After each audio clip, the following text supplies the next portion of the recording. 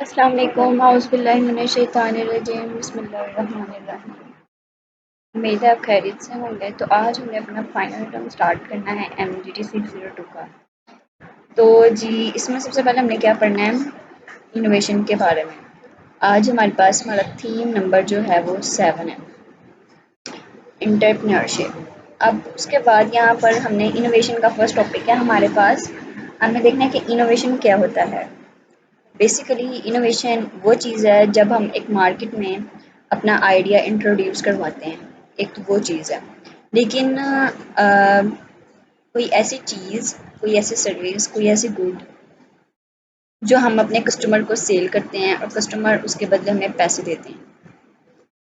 Customer को किसी चीज़ या किसी सर्विस के लिए पैसे देने पड़े और उसको बदले में कोई फ़ायदा हो रहा हो उस चीज़ के, उस सर्विस के, तो उसको हम इनोवेशन कहते हैं।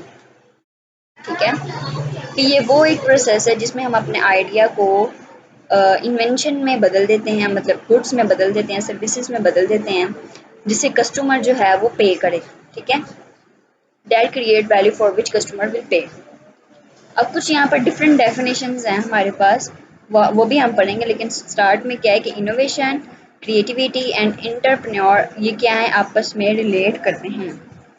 ठीक है, innovation, creativity and entrepreneurship is are closely related. अब इनोवेशन हमने पढ़ना है कि वो प्रोसेस होता है, प्रोसेस के आइडिया को आप ट्रांसलेट करें या किसी इन्वेंशन को गुड्स में या उसकी सर्विसेज में ट्रांसलेट कर दें या कन्वर्ट कर दें या इन्वेंट कर दें जो वैल्यू बनाए आपके लिए। ठीक है, जो that create value for which customer को किसी ना किसी उसको फ़ायदा पहुंच रहा हो उसकी सर्विसेज के बदले या गुड के बदले, that create value for which customer will pay. ठीक है, उसके बदले फिर आपको कस्टमर जो है वो उसको कोई ना कोई अदायगी करनी पड़े। ठीक है, अब लार्ज ऑर्गेनाइजेशंस में ये कम्प्लेक्स टास्क होता है, क्योंकि किसी भी चीज़ को बड़े पैमाने में रख के, मतलब बहुत से लोगों से फिर आपको साइन करवाने पड़ते हैं कि हाँ ये ठीक है। कुछ नेगेटिव थॉट्स रखते हैं, कुछ पॉजिटिव थॉट्स रखते हैं।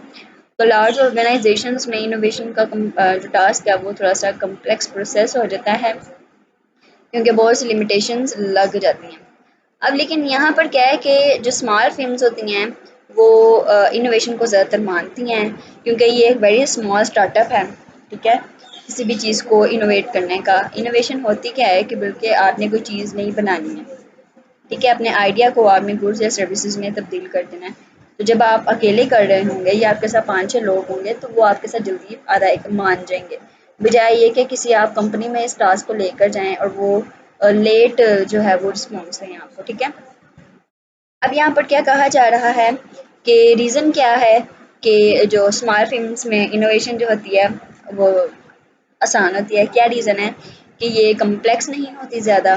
ठीक है, स्मॉल उसमें स्मॉल ऑर्गेनाइजेशंस में ये लेस कम्प्लेक्स होती है, क्विक डिसीजन मेकिंग होता है टास्क, इजी रिसोर्स पुलिंग कि आपके पास रिसोर्सेज जो हैं वो ऑलरेडी अवेलेबल होते हैं या आपको उनको पाना जो है वो ज़्यादा आसान हो जाता है, इजी प्रोडक्ट टेस्टिंग हो जाती है।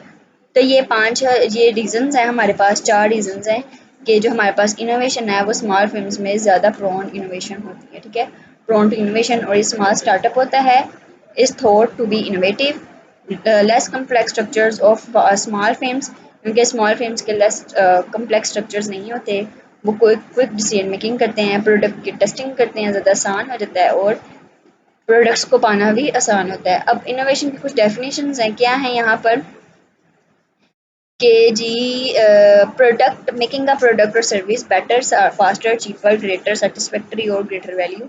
कि ऐसी प्रोडक्ट सर्विस बनाना जो बेहतर हो, फास्टर हो, चीपर हो और इससे सेटिस्फेक्शन जो है उसको कस्टमर को ज़्यादा हो रही हो। अब कंप्रीहेंसिव डेफिनेशन हमारे पास इनोवेशन की क्या है वो हमने पढ़नी है जी। कंप्रीहेंसिव डेफिनेशन जो है वो हमारे पास इनोवेशन की है कि कंपनी की capability to implement a range of coordinated actions and strategies for the purpose of developing and delivering new products. ठीक है, कंपनी की ऐसी कैपेबिलिटी कि वो आपके आइडियाज़ को देखे और मार्केट में नए प्रोडक्ट्स डेवलप करे और डिलीवर करे, और ऐसे न्यू सर्विसेज को डेवलप करे जो पहले से एग्जिस्टिंग है मार्केटिंग में, या थोड़ी सी उससे बढ़ा के मतलब अपडेट करके उनको रीन्यू करके उनको सेल करें, ठीक है। तो ये चीज़ है। एंड और new services to the new market और एग्जिस्टिंग मार्केट, या उसकी अपनी एक नई मार्केट बनाए, ठीक है, उसमें सेल करें, या जिस मार्केट में चीज़ें वो वाली सेल हो रही हैं उसमें अपनी न्यू प्रोडक्ट भी सेल करें, और existing market in a manner that out performs competitors. अब यहाँ पर दो क्रिटिकल कंपोनेंट है इनोवेशन के, वो हमने पढ़ने हैं कि दो क्रिटिकल कंपोनेंट्स आपने याद रखने हैं, वो इन्वेंशन है और कमर्शियलाइजेशन है। हमने कमर्शियलाइजेशन के बारे में पढ़ना है कि कमर्शियलाइजेशन क्या होती है। अब कमर्शियलाइजेशन क्या है कि आपने अपना जो, फॉर एग्जांपल अगर आपने एक माइक्रोवेव ओवन बनाया है, पहले तो एक माइक्रोवेव ओवन आप लगा लेंगे जो सिर्फ खाना खाना गर्म करता है आपका, एक खाना गर्म करता है, एक वो वाला माइक्रोवेव ओवन। और अब आपने एक न्यू माइक्रोवेव ओवन जो है वो बनाया है, मतलब क्या किया है कि आपने, आपके पास एक प्रोडक्ट थी, उसमें आपने चेंजिंग किया, उसको इनोवेट किया है, उसमें आपने फीचर्स और डाल दिए, क्या कि वो ग्रिल भी कर सकता है, बेक भी कर सकता है, बजाय ये कि यहाँ पर लोग ग्रिलिंग के ओवन अलग लेते थे, बेकिंग के ओवन अलग लेते थे। अब वो आपने क्या कर दिया कि एक ही ओवन में वो खाना भी गर्म कर सकते हैं, ग्रिल भी कर सकते हैं, बेक भी कर सकते हैं, और आपने अब उसको कमर्शलाइज करवाना है। अब आप लोगों को किस तरह से दिखाएंगे, अब कमर्शलाइजेशन से ही दिखाएंगे ना, जो कमर्शियल्स आप टीवी पे भी देखते हैं, वो अपने प्रोडक्ट्स की, अपने गुड्स की कमर्शलाइजेशन करवा रहे होते हैं, जिससे आप अपने प्रोडक्ट के बारे में अच्छी तरह से बताते हैं, ठीक है। जब तक आप उनको प्रोडक्ट की खसूसियात के बारे में नहीं बताएंगे तो सोसाइटी किस तरह से जानेगी कि आपके प्रोडक्ट में ये खसूसियात हैं। So this is because of commercialization. Commercialization adds social and economic values to the invention through the creation of a business or and licensing intellectual property protection. You need to commercialize the new idea to solve the society's problem. ठीक है, आपको आपको societies के problem भी देखने पड़ते हैं, ठीक है। अब आपने सोसाइटी के प्रॉब्लम देखे कि वो तीन चीज़ों के लिए तीन अलग अलग ओवन खरीदने हैं, क्यों ना मैं 3 in 1 कर दूँ, तो यार मैं सोसाइटी की एक प्रॉब्लम को ही सॉल्व किया ना। अब कमर्शलाइजेशन, विदाउट कमर्शलाइजेशन से क्या होता है कि आपका आइडिया कितना ही यूनिक क्यों ना हो, लेकिन आपके प्रोडक्ट जो है वो मार्केट में ऑफर अच्छे तरीके से नहीं कर सकते हैं जब तक आप कमर्शलाइजेशन नहीं करते हैं। अब कुछ टाइप्स है हमारे पास इनोवेशन की, वो है incremental innovation, disruptive innovation, architectural innovation और रेडिकल इनोवेशन। हमने इनके बारे में पढ़ना है। अब ये हमारे पास बहुत ही अच्छी हैं, एक मिनट, हाँ पढ़ते हैं। चार नेम्स आपने याद रखने हैं, ये चार नेम्स जो हैं ये हमारे पास टाइप्स हैं इनोवेशन की। टाइप्स ऑफ इनोवेशन कौन सी हैं? इंक्रीमेंटल, डिस्रप्टिव, आर्किटेक्चरल और रेडिकल। अब इंक्रीमेंटल इनोवेशन क्या है कि आपके पास एक, फॉर एग्जांपल, एक आपने एग्जिस्टिंग मार्केट में अपनी एग्जिस्टिंग टेक्नोलॉजी को इंट्रोड्यूस करवाना है with some making new features. आपने उसमें थोड़े से फीचर्स ऐड कर दिए और आपने दोबारा से उसको मार्केट में सेल कर दिया। अब यहाँ पर एग्जांपल आप मोबाइल्स की ले लें कि एप्पल्स और सैमसंग जो हैं, या और बहुत सी कंपनीज मोबाइल की या लैपटॉप की या मोटर बाइक्स की या एसीज की, तो वो क्या करती हैं, थोड़ी सा स्लाइटली फीचर्स को चेंज करती हैं, ऐड करती हैं और दोबारा से मार्केट में फेंक देती हैं सेल करने के लिए। जो तो ये इतने रिस्की नहीं होते हैं। Incremental innovation is not risky. अब यहाँ पर डिस्रप्टिव और आर्किटेक्चरल इनोवेशन में हमने यहाँ पर पढ़ना है कि डिस्रप्टिव हमारे पास वो इनोवेशन है जिसमें आप एग्जिस्टिंग मार्केट में अपनी कोई न्यू टेक्नोलॉजी को लेकर जाएं। फॉर एग्जांपल, मोबाइल की आपके पास एक मार्केट है, पहले आपके पास एक नोकिया का मोबाइल होता था, वो स्मार्टफोन नहीं होता था, टच मोबाइल नहीं होता था, बटनों वाला मोबाइल होता था। अब उस मोबाइल की मार्केट में आपने एक स्मार्टफोन लेके आना है, तो ये एक डिस्रप्टिव इनोवेशन है, ये इतना रिस्की नहीं होता है। इसमें शुरू शुरू में लोग जो हैं वो आपकी जो प्रोडक्ट होती है उसके बारे में इतना नहीं जानते, क्योंकि आपकी थोड़ी सी प्रोडक्ट जो है वो कम्प्लेक्स होती है, लेकिन with the passage of time आपकी जो प्रोडक्ट है वो बिकना शुरू हो जाती है, लिहाजा ये इतना ज़्यादा रिस्की नहीं है। अब आर्किटेक्चरल जो इनोवेशन है वो क्या है कि आपकी जो आपने अपना आपने अपनी प्रोडक्ट पकड़ी और एक मार्केट से निकल के दूसरी मार्केट में आप उसको सेल करना चाह रहे हैं कि आपके जो कस्टमर्स हैं वो इंक्रीज हो, आपका जो मार्केट, आपकी जो प्रोडक्ट है वो एक्सपेंड ज़्यादा हो जाए, ठीक है। तो ये आर्किटेक्चरल इनोवेशन है। इसमें क्या होता है कि इस वक्त the giant company like Google and Amazon do, they take their domain related technology.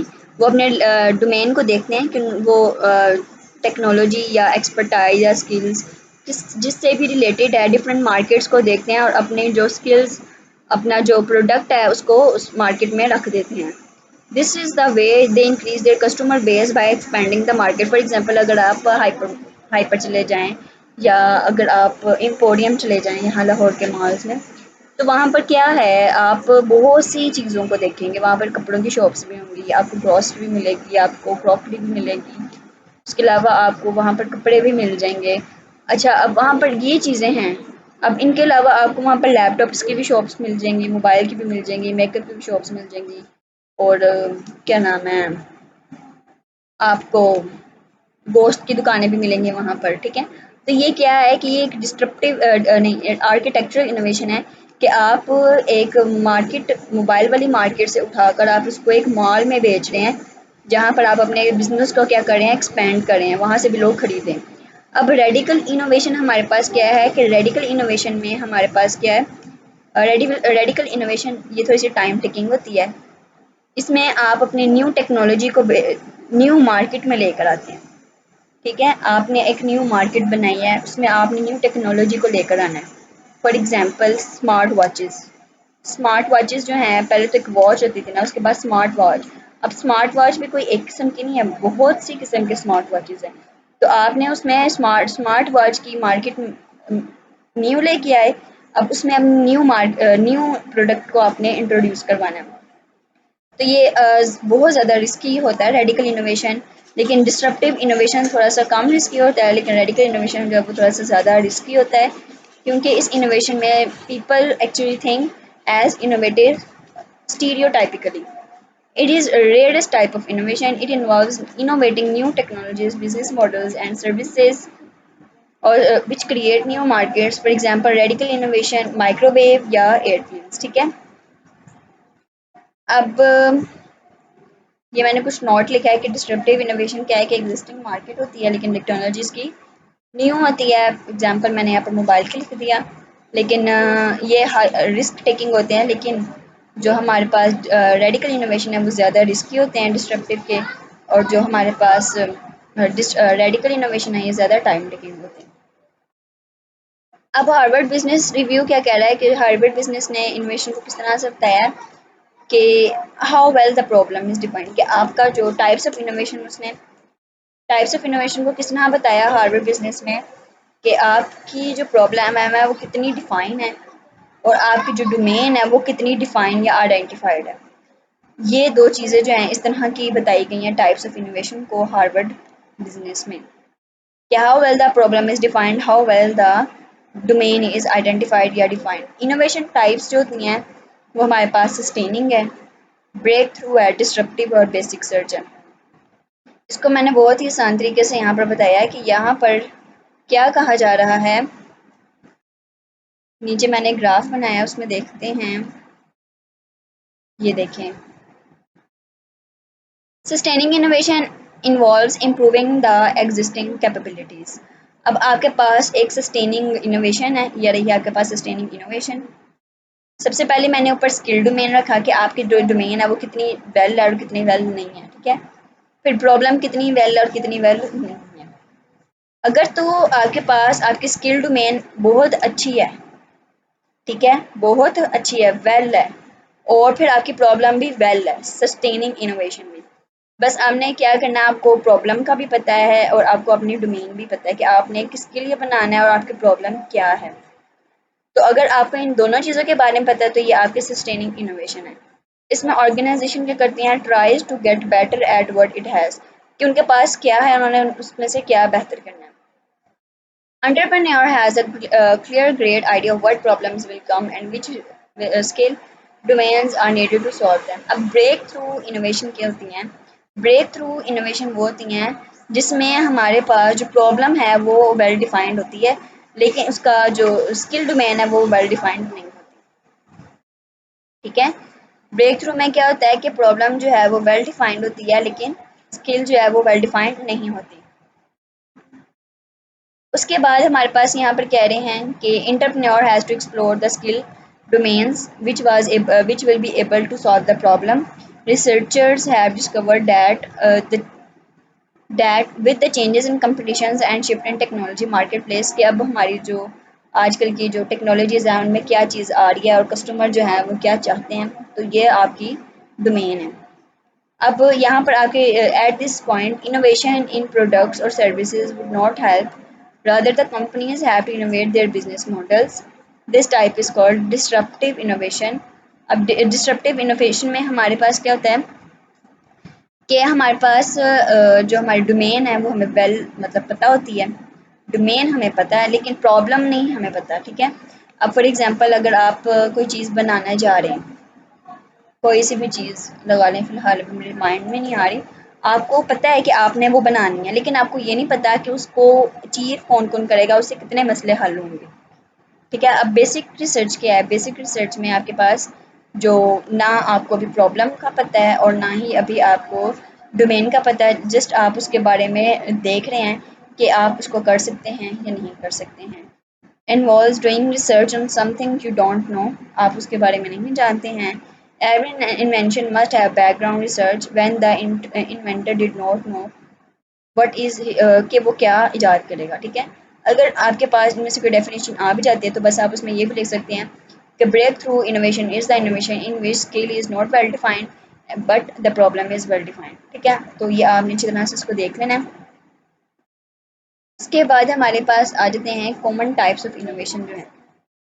Common types of innovation में हमारे पास प्रोडक्ट की इनोवेशन आ जाती है, business model innovation, process technology innovation, social innovation, market pull innovation, technology push innovation. Product innovation वो हमारे पास product innovation है जिसमें हमारे पास प्रोडक्ट भी न्यू है और मार्केट भी न्यू है, आपका आइडिया बिल्कुल बिल्कुल न्यू है, ठीक है। उसके बाद बिजनेस मॉडल इनोवेशन क्या है कि इसमें हमारे पास आपके फॉर एग्जांपल आपका बिजनेस आइडिया इतना यूनिक होना चाहिए कि जैसे कि यहाँ पर एग्जांपल दी गई है ऊबर क्रीम या फूड पांडा की। तो ऊबर क्रीम की एग्जांपल में हम देखते हैं कि ऊबर या क्रीम एक कंपनी है जिनमें इनकी गाड़ियाँ अपनी नहीं है, ठीक है, ना ही मतलब गाड़ियाँ अपनी नहीं हैं, लेकिन फिर भी इनका एक जो बिज़नेस है वो रन हो रहा है। तो आपका बिज़नेस आइडिया भी बहुत मैटर करता है, बिज़नेस मॉडल, ठीक है। उसके बाद प्रोसेस एंड टेक्नोलॉजी इनोवेशन, इसमें हमारे पास क्या है कि आपकी जो टेक्नोलॉजी आपने हमारी मार्केट में आई हुई है उसकी क्वालिटी को इम्प्रूव कर देना, बेहतर बना देना, उसको सॉफ्टली रन करवाना स्मूथली। तो सोशल इनोवेशन में हमारे पास इनोवेशन वो इनोवेशंस आती हैं जिसमें आपके जो सोसाइटी है उसको प्रॉफिट ना हो रहा हो या प्रॉफिट हो रहा हो, जैसे कि आपकी पोल्यूशन, एयर पोल्यूशन, ठीक है, प्लास्टिक का इस्तेमाल कम कर देना, जैसे ग्रीन ट्रेंड्स, जैसे कि आपके यहाँ पर चले हुए हैं कि आपने प्लास्टिक बैग्स को ख़त्म करना है और जो कपड़ों वाले बैग्स हैं उनको इस्तेमाल करना है, तो ये हमारे पास ग्रीन ट्रेंड है जैसे, ठीक है। उसके बाद मार्केट पुल इनोवेशन में हमारे पास क्या है जिसमें मार्केट जो है वो बनती है and initiate by a customer request, और कस्टमर की रिक्वेस्ट को देखा जाता है जिसपे जो मार्केट है वो बनती है। उसके बाद हमारे पास टेक्नोलॉजी पुश इनोवेशन में हमारे पास वो टेक्नोलॉजीज़ हैं जिसमें हम अपनी जो क्या नाम है, हमारे पास जो एप्लीकेशन हमने बनाई है वो कितनी फ़ायदेमंद हमें दे रही है, कितना उस पर लोग उसको ख़रीद रहे हैं या लोग उसके बारे में कितना जानते हैं, तो ये हमारे पास टेक्नोलॉजी पुश इनोवेशन में आता है।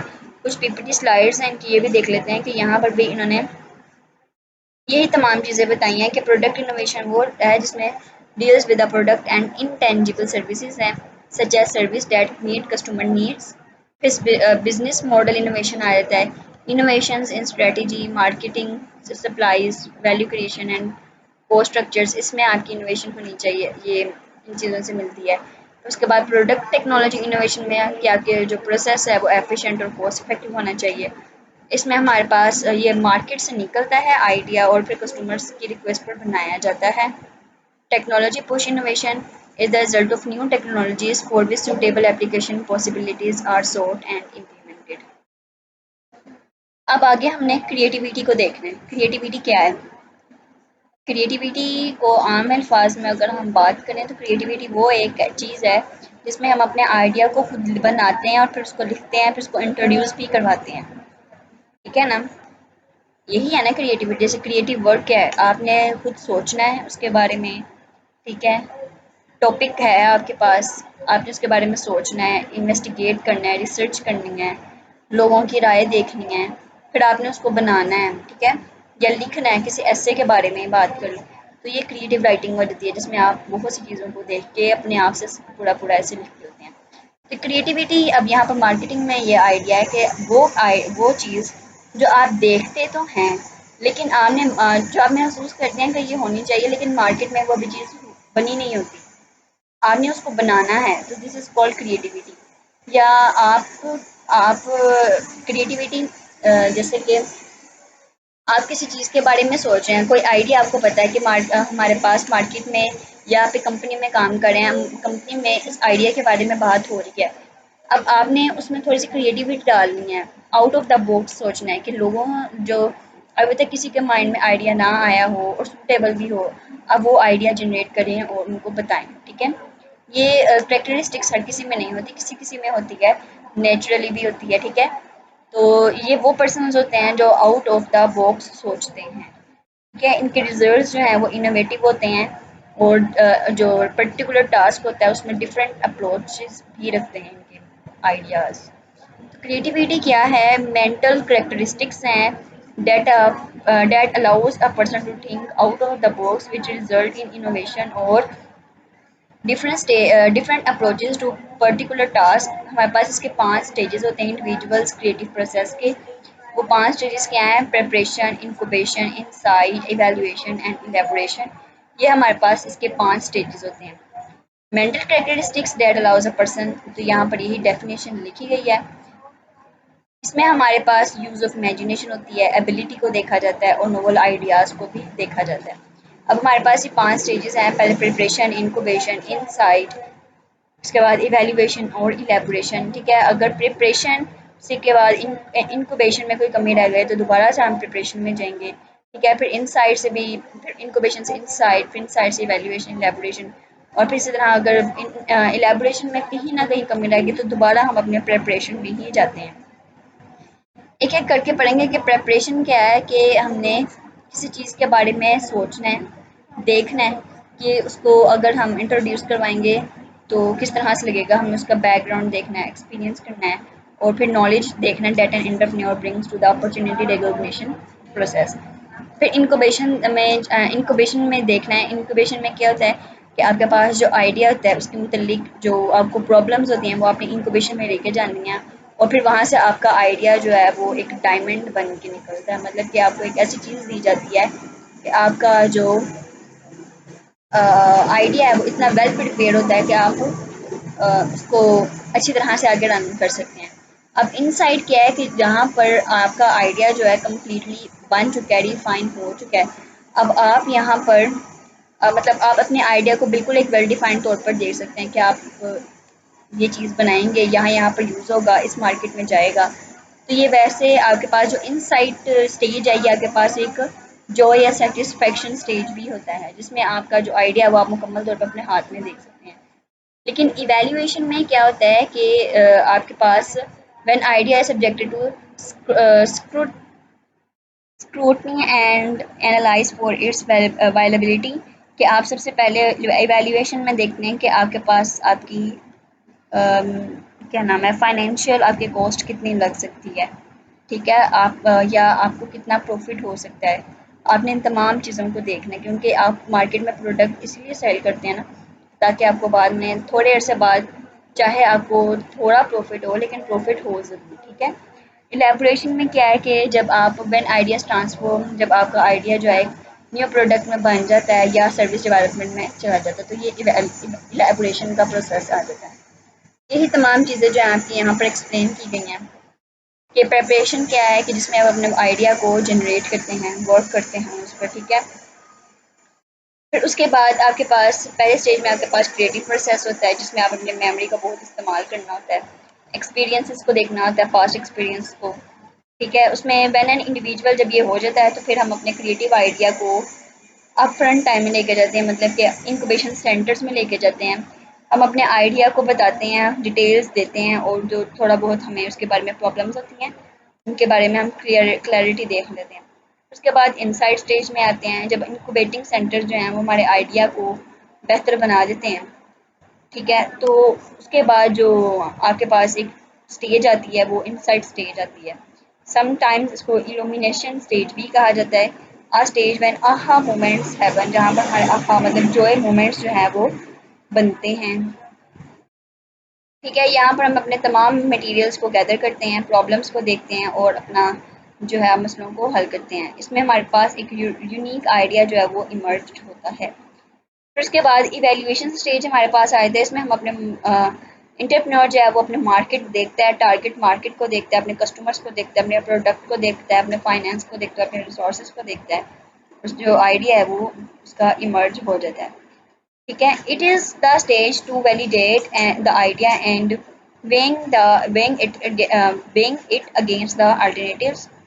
इसमें हमारे पास जो आपका जो करंट वर्जन होता है अपने आइडिया का वो बनाया जाता है और फिर उसके बाद टेस्टिंग की जाती है। ठीक है, फिर उसको देखा जाता है कि आपके पास कितने गया the entrepreneur will have to scrutinize the idea and conduct market assessment। फिर उसके बाद यहाँ पर फाइनेंशियल वायबिलिटी को देखा जाता है। Elaboration is the final stage of creative process and इसको हम कभी कभी वेरिफिकेशन स्टेज भी कहते हैं। तो एलेबोरेशन स्टेज को हम वेरिफिकेशन स्टेज भी कहते हैं। उसके बाद ये इनसाइड स्टेज को हम इल्यूमिनेशन स्टेज भी कहते हैं। ये हमने थोड़ा सा इसके अंदर से पढ़ लिया। उसके बाद हमारे पास बैरियर्स आ जाते हैं, barriers to creativity and innovation. यहाँ पर बताया गया है कि एक एंटरप्रेन्योर जो है वो अपने आइडियाज़ को, प्रोडक्ट को मार्केट में क्यों नहीं लेकर आता, कौन सी बैरियर्स होते हैं, कौन सी मुश्किलात उसको पेश आती हैं। ठीक है, जिसको क्रिएटिविटी के टाइम आती हैं या इनोवेशन के टाइम जो भी मुश्किलात आती हैं वो कुछ हैं पर्सनल बैरियर्स। पर्सनल बैरियर्स में आप यहाँ पर पर्सनैलिटी एंड बिहेवियर भी लिख सकते हैं। ठीक है, उसके बाद आपने यहाँ पर देखना है personal barriers, personality and behaviour. उसके बाद सोशल प्रेशर, फिर उसके बाद लैक ऑफ पैशन, पैशन में कमी। ठीक है, उसको डीमोटिवेट किया जाता है। लैक ऑफ डायरेक्शंस, उसको सही तरह से बताया नहीं जाता या उसको सही राह नहीं दिखाया जाता, अच्छी तरह से गाइड नहीं किया जाता। फियर ऑफ फेलियर्स, अब यहाँ पर क्या है कि बहुत से लोग जो है वो फेल होने से डरते हैं कि अगर हम इतनी ज़्यादा इन्वेस्टमेंट करेंगे तो ये तो सारे पैसे हमारे डूब जाएंगे ना, हमें कुछ मिलेगा। तो ये फेल होने का फियर तो बहुत ज़्यादा होता है। मेक प्रायर एजम्पशंस, यहाँ पर आपके क्या है कि आपको डर होता है कि जो आपकी मार्केट में प्रोडक्ट जाएगी क्या वो एक्सेप्टेबल होगी, क्या आपकी जो इन्वेस्टमेंट है आपके काम आएगी कि नहीं आएगी। ठीक है, शुरू शुरू में तो आप जब एक प्रोडक्ट को मार्केट में लेकर जाते हैं तो आप थोड़ी सा प्रॉफिट के बारे में भूल भी जाएं तो कोई मसला नहीं है, क्योंकि आपने प्रोडक्ट जितने की बनाई है आप उसमें भी सेल कर रहे हैं ना, मतलब आपकी प्रोडक्ट सेल हो रही है तो आपके लिए यही काफ़ी है। लेकिन आफ्टर सम टाइम तो देर बाद चाहे आप अपने प्रोडक्ट की प्राइस इंक्रीज करते हैं हल्की सी, जिससे आपको प्रॉफिट होना शुरू हो जाए। ठीक है, कल्चरल बैरियर्स होते हैं। कल्चरल बैरियर्स में हमारे पास लैक ऑफ ट्रेनिंग आ जाता है। ठीक है, उसके बाद यहाँ पर कल्चर की डेफिनेशन भी है कि कल्चर जैसे कि ट्रेड, शेयर्ड वैल्यूज, बिलीव्स और प्रैक्टिसेस, लोगों के त्यौहारात, रवायात। ठीक है, ये तमाम चीज़ें आ जाती हैं। उसके बाद यहाँ पर लैक ऑफ ट्रेनिंग, ट्रेनिंग नहीं दी जाती। ठीक है, वो उनको पता ही नहीं होता उन्होंने क्या करना है, उनको यही पता होता है कि उन्होंने इसके बाद अगला स्टेप कहाँ मतलब स्टेप किस स्टेप में जाना है उन्होंने।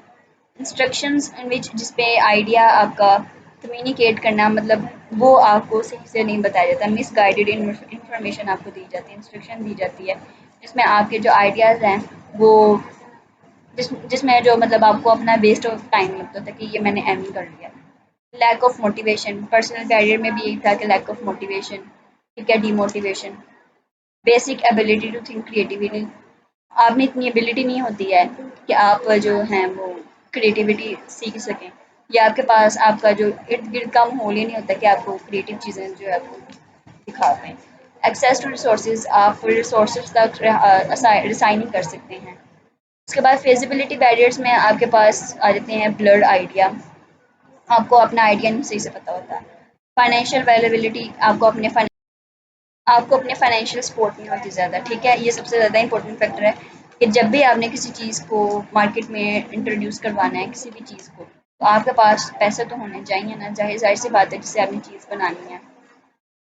ठीक है, उसके बाद हाँ बस यही है। आमिर में फिजिबिलिटी बैरियर्स में ब्लड आइडिया, फाइनेंशियल वेरिएबिलिटी, उसके बाद ऊपर जो है कल्चरल बैरियर में lack of training, misguided instructions, lack of motivation, basic ability to think creatively, और इसी तरह ये आप इनमें नेम्स याद रख लेने हैं, ज़्यादा कुछ नहीं इसमें से समझने वाला। The knowledge and experience barrier, इसमें आपके पास इतना नॉलेज नहीं होता, किसी चीज़ का एक्सपीरियंस नहीं होता, मार्केट में नहीं आपने घूमे फिरे होते, और कुछ ज़्यादा आपने ज़्यादा रिसर्चेज नहीं की होती, आप यहाँ पर समझ से कह सकते हैं। ठीक है, lack of prior knowledge and experience, उसके बाद एक्सेस द राइट इन्फॉर्मेशन। ठीक है, बस आप इनके नेम्स याद कर लें ज़्यादातर। The regulatory and procedural barrier, इसमें लॉज ऑफ पॉलिसीज़ के बारे में नहीं आपको पता होता, रजिस्ट्रेशन के प्रोसेस के बारे में नहीं पता होता, एक्सेस टू रॉ मटेरियल के बारे में नहीं आपको पता होता, गवर्नमेंट के लॉज और पॉलिसीज़ के बारे में नहीं पता होता। व्हाट मेक्स एंटरप्रेन्योर्स एंटरप्रेन्योरल, कि क्या एंटरप्रेन्योर्स को एंटरप्रेन्योरल किस तरह से बनाया जाता है। हमारे पास यहाँ पर दो प्रॉब्लम्स के बारे में बात की गई है कि how should we start a business, कि हम अपना बिज़नेस किस तरह से स्टार्ट करें, जबकि सबसे ज़्यादा ज़रूरी ये है कि how should a business be started, कि बिज़नेस को किस तरह से शुरू किया जाए, ना कि बिज़नेस को किस तरह से बनाया जाए या बिज़नेस को किस तरह से शुरू करते हैं। सबसे ज़्यादा ज़रूरी है कि बिज़नेस को किस तरह से शुरू किया जाए। ठीक है, ओके। सबसे पहले हमने देखना है कि एक एंटरप्रेन्योर को एक एंटरप्रेन्योर किस तरह से बनाया जाता है। सरस्वती की जो रिसर्च है उसके अंदर उसने 2001 में की थी। ठीक है, उसने एक थ्योरी दी थी, उसमें उसने कहा इफेक्चुएशन को कॉजेशन, दो उसने डिफरेंट कंसेप्ट्स बताए थे एंटरप्रेन्योर्स के लिए, कॉजेशन और इफेक्चुएशन। उनके कंसेप्ट के बारे में समझना हमने और बहुत ही अच्छा एक्सप्लेन किया गया है। पोजीशन हमारे पास वो पोजीशंस होते हैं, या कैजुअल कह दो या आप कैजुअल रीजनिंग और इफेक्चुअल रीजनिंग, लेकिन इसमें यह है कि सबसे पहले आप कैजुअल रीजनिंग में आप ये देखते हैं, सबसे पहले आपका गोल जो है वो प्री डिटरमाइंड होता है, आपको पता होता है कि आपका मकसद क्या है, उसके मुताबिक फिर आप अपने मीन्स को सेट करते हैं और फिर आप अपने जो चीपेस्ट फास्टेस्ट और एफिशिएंट मोड्स होते हैं उनको देखते होते हैं। ठीक है, उसको अचीव करने के लिए उस गोल। लेकिन अफेक्चुअल रीजनिंग में क्या होता है, सबसे पहले आपके पास जो गिवन मीन्स होते हैं, आपने उन गिवन मीन्स के अंदर रहते रहते आपने अपना गोल जो है वो डिटरमाइन करना होता है। ठीक है, यहाँ पर लिखा हुआ है कि casual reasoning begins with the pre determined goal and given set of means and seek to identify the optimal, faster, cheapest, most efficient alternative to achieve the given goal. Casual thinkers are like great generals seeking to conquer fertile lands. Other example जैसे make versus buy decisions in production में होता है choosing the target market with the highest potential return in marketing, picking a portfolio with the lowest risk in finance, hiring the best person for the job in human resources management. अब यहाँ पर क्या कहा जा रहा है कि ये देखें, सबसे पहले हमारे पास means one, mean two, mean three. अब हमारे पास गिवन गोल्स हैं, हमने उनमें अपना गोल उसके मुताबिक हमने अपने मीन्स को लेकर आना होता है। अब यहाँ पर हमारे पास इफेक्चुअल रीजनिंग क्या है कि जिसमें हमारे पास गोल जो है वो स्पेसिफाइड नहीं होता, लेकिन जो मीन्स होती हैं हमने उनको मीन्स के मुताबिक देखना होता है। अब और फिर उन मीन्स के मुताबिक आपने अपना गोल जो है उसको बनाना होता है। And allow goals to emerge contiguously over time from the varied imagination and diverse aspiration of the founders and the people they interact with। ठीक है, फैक्चुअल रीजनिंग में ये हमारे पास लाइक एक्सप्लोरर्स होते हैं। ठीक है, out on the voyage into uncharted waters. ठीक है, यहाँ पर जैसे कि आपके पास गिवन मीन्स हैं, फिर उसके बाद आपने इमेजिन्ड एंड्स, फिर आपने मतलब कि आपने गोल्स को देखना है। उसके बाद रीजनिंग में हमारे पास फैक्चुएशन रीजनिंग में जो प्रोसेस आ जाती हैं वो क्या है कि हु दे आर, कौन उनको लेगा। ठीक है, क्या उसमें एबिलिटीज़ होनी चाहिए, व्हाट दे नो, उनको क्या पता होना चाहिए, उनकी एजुकेशन, ट्रेनिंग, एक्सपर्टाइज या एक्सपीरियंस क्या होना चाहिए, हुम दे नो। ठीक है, उनको कौन कौन लोग जो हैं जानने, मतलब उसके बारे में किस किस को पता होना चाहिए, सोशल या प्रोफेशनल नेटवर्क्स को पता होना चाहिए। तो ये तमाम चीज़ें जो हैं ये आपकी यहाँ पर भी बताई गई हैं कि entrepreneur focus on predefined goal and then aim to define the means to reach its goal, ठीक है। उसके बाद इफेक्चुएशन रीजनिंग भी क्या है कि एंटरप्रेन्योर्स या focus on the means eight hand, जिनके हाथ में रिसोर्सेज होते हैं उनको देखते हैं, एंड फिर देखते हैं कि which they aim to materialize into one और more that were not necessarily predefined, और फिर वो उसके जो गोल्स होते हैं उनके मुताबिक फिर अपने अपने मीन्स के मुताबिक अपने गोल्स को देखते हैं, ठीक है। Effectuation starts with the given means that entrepreneur has at the moment. It allows goals to develop over time with the aspiration and imagination of the entrepreneurs, ठीक है। जैसे कि प्रैक्टिस कैटेगरीज ऑफ डिफरेंशिएशन हमारे पास आ जाती हैं कि question process में क्या होता है और फैक्चुएशन प्रोसेस में क्या होता है। प्रैक्टिस में क्वेश्चन प्रोसेस में हम अपना गोल जो है स्टार्ट विद गोल्स करते हैं, लेकिन फैक्चुएशन प्रोसेस में हम करते थे who I M, who I know and हुम आई नो, मुझे किसको जानना चाहिए, मैं किसको जानता हूँ और मैं कौन हूँ, ठीक है। लॉजिक में आ जाता है प्रिडिक्टिव, उसमें आपको कंट्रोल रखना पड़ता है। मनी आपको उसमें से एक्सपेक्टेड रिटर्न के बारे में पता होता है, लेकिन आप फैक्चुएशन में आपको लॉस भी हो सकता है। स्ट्रेटजीज में आपको कंपटीशन होना चाहिए और उसमें आपकी पार्टनरशिप होती है, ठीक है। परसेप्शन में आपने एक्सप्लोरेटिंग प्री एग्जिस्टिंग नॉलेज और फिर लिवरेजिंग ऑफ कंटीजेंसीज। इफेक्चुएशन के प्रोसेस को बताया गया यहाँ पर कि who they are, their traits, taste and abilities, ठीक है। Some people have certain special skills, qualities, natural skills, abilities, ये आप उनको पढ़ लें, ठीक है। फिर उनके पास who they know, for example उनको किस चीज़ की नॉलेज होनी चाहिए, किस चीज़ का एक्सपीरियंस होना चाहिए। उसके बाद हुम दे नो, उनका नेटवर्क, उनको उसके बारे में किस किस को पता होना चाहिए, ठीक है। These three things are the core of entrepreneurs. अब यहाँ पर ये जो चीज़ें हैं, कौन सी तीन चीज़ें हैं, ये जो ऊपर हमने पढ़ी हैं, whom they know, who they know, what they know and who I am, ठीक है। ये वाली who they are, what they know, what they whom they no, ये तीन चीज़ें एक एंटरप्रेन्योर के लिए एज ए एंटरप्रेन्योर बहुत ज़रूरी हैं। Trade, skills, expertise and experience to generate business ideas and start their business, ठीक है। इफेक्चुएशन के कुछ प्रिंसिपल्स आ जाते हैं हमारे पास, ये आपने प्रिंसिपल्स याद रखने हैं। बर्ड इन हैंड प्रिंसिपल, आप अपने प्रॉब्लम का सल्यूशन बनाते हैं अपने ज़राए के अंदर रहते रहते, ठीक है। बर्ड इन हैंड मतलब आपके हाथ में जो सल्यूशन का आंसर मतलब प्रॉब्लम का हल निकल रहा है, आपने वो करना है। लेमनेड प्रिंसिपल, इसमें क्या है कि surprises and mistakes are unavoidable and entrepreneur should use the mistakes and surprises to find new opportunities, कि एंटरप्रेन्योर को मिस्टेक्स देखनी चाहिए ताकि वो न्यू अपॉर्चुनिटीज़ को फाइंड कर सके। क्रेजी क्विल्ट, अब क्रेजी क्विल्ट यहाँ पर क्या है कि इसमें फोकस ऑन को creation and partnership instead of competition. Competition के मुकाबले आपको को क्रिएशन मतलब कि चीज़ को दोबारा बनाना, ठीक है, मिलके बनाना, ठीक है, इन चीज़ों पर ज़्यादा फोकस करना चाहिए। अफोर्डेबल लॉस प्रिंसिपल और pilot in the plane principle क्या है कि यू आर योर सेल्फ, आपको अपनी चीज़ के बारे में खुद रिस्पॉन्सिबल होना चाहिए, ठीक है। Your future can be influenced by your own actions, आपका जो फ्यूचर है आपके अपने हाथों में होता है। अब आपको अफोर्डेबल लॉस प्रिंसिपल, आपको इसमें पता होना चाहिए कि फ्यूचर में आपको कितना लॉस हो सकता है, आपको कितना बेनिफिट भी हो सकता है, ठीक है। यहाँ पर हर एक चीज़ की एक्सप्लेनेशन दी गई है कि बर्ड इन हैंड प्रिंसिपल क्या है कि जब एक सक्सेसफुल एंटरप्रेन्योर अपना बिजनेस स्टार्ट करता है तो सबसे पहले उसने अपने अवेलेबल रिसोर्सेज को देखना होता है, फिर उसके बाद अपना बिजनेस जो है अपने अवेलेबल रिसोर्सेज में रहते हुए उसने अपना स्टार्ट करना होता है प्रिंसिपल। और इसमें कुछ रिसोर्सेज हैं कैटेगराइज ना, वो क्या हैं, who I M, what I know कि मुझे क्या पता, मैं कौन हूँ, व्हाट आई नो मुझे क्या जानना चाहिए, हु आई नो और मुझे किसको जानना चाहिए, मतलब किस चीज़ की मुझे ज़रूरत है जानने के लिए, ठीक है। ओके, ये आप बीच में से खुद ही पढ़ लें। उसके बाद अफोर्डेबल लोअर्स प्रिंसिपल क्या है। अफोर्डेबल लोअर्स प्रिंसिपल एक ऐसा प्रिंसिपल जिसमें आप एक जिसको कहते हैं चार्ट बना लेते हैं कि आप कुछ अरसे बाद या कुछ सालों के बाद आपका बिजनेस जो है वो कहाँ पर रन कर रहा होगा, ठीक है। इसके मुताबिक अगर आपको लॉस भी हो जाता है तो आपने कौन सी स्ट्रेटजीज को अपनाना है।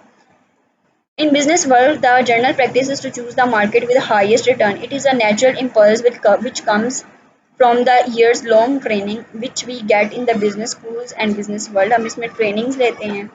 Business world tell us to maximize the returns by choosing optimal strategy and high return market. As far as effectual entrepreneurs are concerned, they go for affordable loss instead of maximising profits. वो कहते हैं कि हमें थोड़ा loss हो जाए, ना कि ज़्यादा प्रॉफिट हो। ठीक है। उसके बाद आपने अपनी मनी को कैलकुलेट करना है। ठीक है, ये बस आपने इसके बारे में रीडिंग है, पढ़ लें, लेकिन आपने इन प्रिंसिपल्स के नेम ज़रूर याद रखने हैं। ठीक है। क्रेजी क्विल प्रिंसिपल में क्या है कि आपने इसमें को क्रिएशन पर और पार्टनरशिप पर फोकस करना होता है। ठीक है। इसमें आपने देखना है कि ना कि आपने ये देखना है कि इसमें पार्टनरशिप किस तरह से बनती है, ना कि आपने कंपटीशन को देखना है। ठीक है। आपने पार्टनरशिप जब आपकी अच्छी होगी तो आपको मुख्तलिफ आइडियाज़ आएंगे। ठीक है। तो आप ऑलरेडी उस पर चले जाएंगे, बीटिंग द कंपटीशन पर भी आप खुद ब खुद चले जाएंगे, कि जो आपके ओपोनेंट है वो आपसे हार जाएंगे। ठीक है। ओके, ज़्यादा मैं कुछ अंदर नहीं जा रही क्योंकि शॉर्ट लेक्चर्स होते हैं, डीपली तो इतना नहीं समझाया जा सकता है। फिर उसके बाद लेमनेड प्रिंसिपल होता है। इसमें इफ़ लाइफ अगर आपको मतलब ज़िंदगी लेमन देती हैं तो उसको उसका लेमनेड बनाएं और इंजॉय करें। तो इसका मतलब ये कह सकते हैं कि लेमनेड प्रिंसिपल में क्या है कि आपने फ्लक्चुएशंस को देखना है in first that entrepreneur should अगर आपको सरप्राइजेस मिल रहे हैं तो आपने उन सरप्राइजेस को पकड़ना है और अपना एक गोल बना लेना है। आपने उसको ठीक कर लेना है और अपॉर्चुनिटी बना लेनी है अपने लिए। ठीक है। यहाँ पर इसके बारे में ये है। ठीक है। अगर आपको लेमन मिले तो लेमन एड बनाएं और पिए। इस तरह अगर आपको आपके बिजनेस में आपको लेमन्स मिल रहे हैं तो आप मतलब क्या मिल रहे हैं, प्रॉब्लम्स आ रही हैं तो आप उन प्रॉब्लम्स को समझें और उसको एक अपॉर्चुनिटी बनाएं किसकी, अर्निंग की। पायलट इन द प्लेन क्या है कि जैसे कि आप एक पायलट में प्लेन में बैठे होते हैं, आपको पायलट का नहीं पता होता। इसी तरह आप जब आप खुद अपना सेल्फ कंट्रोल अपने आप पर ले लेते हैं तो आपको पता होना चाहिए कि आपका जो बिजनेस है वो कुछ सालों बाद कहाँ पर पहुँच जाएगा। ठीक है। ओके, उसके बाद बस यहाँ पर यही है, इसको एक बार पढ़ लें। इनके नेम्स आपको अच्छी तरह से याद होने चाहिए और थोड़ी थोड़ी सी आप इनकी एक्सप्लेनेशन तो यहाँ से भी आप पढ़ सकते हैं जो आगे एक एक लाइन लिखी हुई है। ठीक है। बाकी इंशाल्लाह मिलते हैं अपने थीम नंबर 8 में। अल्लाह हाफिज़।